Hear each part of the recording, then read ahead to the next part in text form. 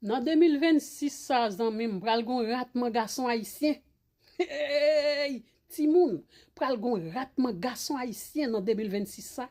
Parce que l'autre nation qu'on si wa, l'autre nation qu'on fallait garçon haïtien plus que nous-mêmes femmes haïtiennes. Kounya chéri doudou, c'est yo cause à garçon haïtien.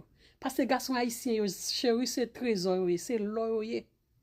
C'est marchandise cher parce que les yo avec ou yo avec à tout yo même les yo avec ou yo pas contrôler de l'argent à faire yo paye bill yo occupe yo prend soin sans réfléchir garçon haïtien les yo avec une femme yo pas dans 50-50 parce que bon garçon haïtien yo pas besoin crasse femme yo pas besoin femme faire rien pour yo que respect obéissance occupation c'est ça yo besoin dans mes femmes après fin ba yo trois bagay ça y a prend soin y a occupé y a payer bill y a fort y a chouchouté y a fait tout bagay pour ou même femme cap maltraité garçon haïtien ou a besoin yon là dans l'année 2026 ça chez doudou ou pas joindre ratement garçon haïtien en 2026 là.